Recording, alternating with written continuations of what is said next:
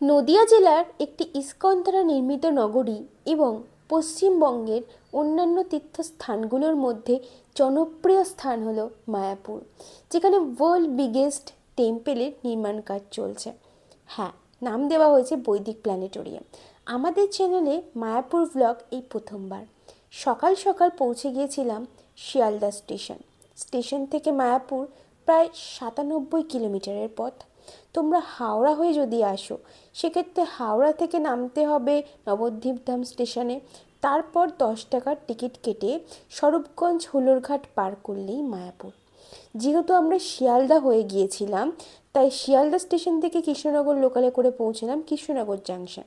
সেখান থেকে অটো করে পৌঁছলাম হুলোরঘাট, তারপর 10 টাকার টিকিট কেটে ঘাট পেরোলেই মায়াপুর। মায়াপুর থেকে ইস্কন মন্দির যেতে প্রায় সময় লাগে 10 থেকে 15 মিনিট। সেক্ষেত্রে হেঁটে যাওয়াও যায়, কিন্তু আমরা গিয়েছিলাম অটো করে। হরে কৃষ্ণা, ওয়েলকাম টু মায়াপুর। এটা হচ্ছে মেন গেট, যেখান থেকে প্রবেশ করতে হয় না, কোনো চার্জেস লাগে না প্রবেশের জন্য। তো আমরা প্রবেশ করব এখন। প্রবেশ করে তোমাদের ভোগ প্রসাদের সমস্ত ডিটেলস বা বিবরণ শেয়ার করছি।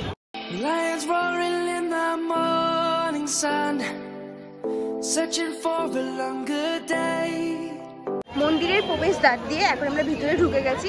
এটা হচ্ছে মন্দিরটা, যেটা কনস্ট্রাকশনের কাজ চলছে।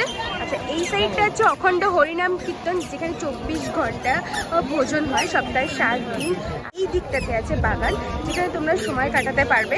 এদিকটা হচ্ছে মন্দির টেম্পলের কিছু সময়সূচি বা নির্দেশাবলী, যেটা তোমরা পজ করে দেখে নিতে পারো। আর এখানে হচ্ছে মহাপ্রসাদ বা ভোগ বিতরণের কাউন্টারগুলো আছে। স্টার্টিংটা হচ্ছে গদা ভবন, যেখানে মাত্র 80 টাকায় কুপন পাওয়া যায়। কী পাওয়া যায় সেটা তোমরা পজ করে দেখে নিতে পারবে, স্ক্রিনে মেনশন করা থাকবে।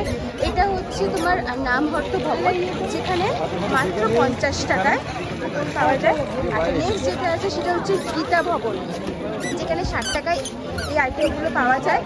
আর সবচেয়ে লোয়েস্ট প্রাইসের মধ্যে যেটা আছে সেটা হচ্ছে সুলভ ভোজনালয়, যেখানে 40 টাকায় তোমরা প্রসাদের কুপন কাটতে পারবে। তো এটা হচ্ছে 40 টাকা, এটা হচ্ছে 50 টাকা, এটা হচ্ছে 60 টাকা, আর এটা হচ্ছে 80 টাকায় এখানে স্পেশাল প্রসাদের কুপন পাওয়া যায় বা বন্দোবস্ত আছে।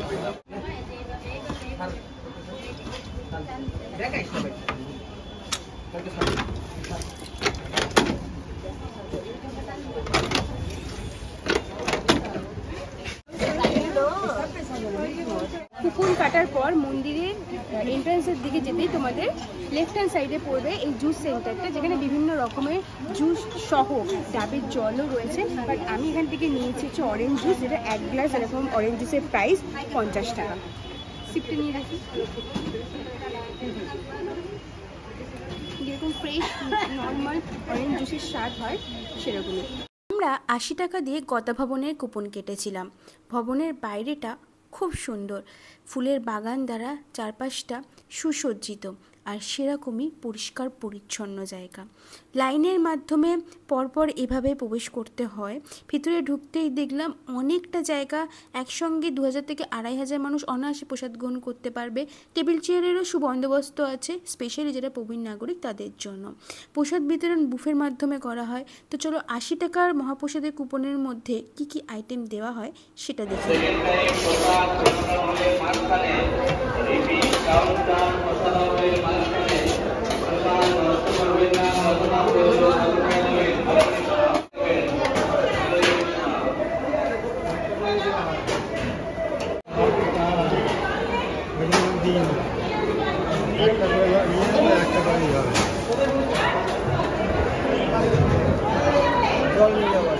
আলাদা বন্দোবস্ত আছে, ছোটো ছোটো ডিসপোজেবল গ্লাসে সার্ভ করা হয়। মহাপ্রসাদের থালির মধ্যে থাকছে 7 রকমের পদ: ভাত, ডাল, রুটি, বেগুনি, ফুলকপি আলুর তরকারি, পনির দিয়ে একটা মিক্স ভেজ আর পায়েস।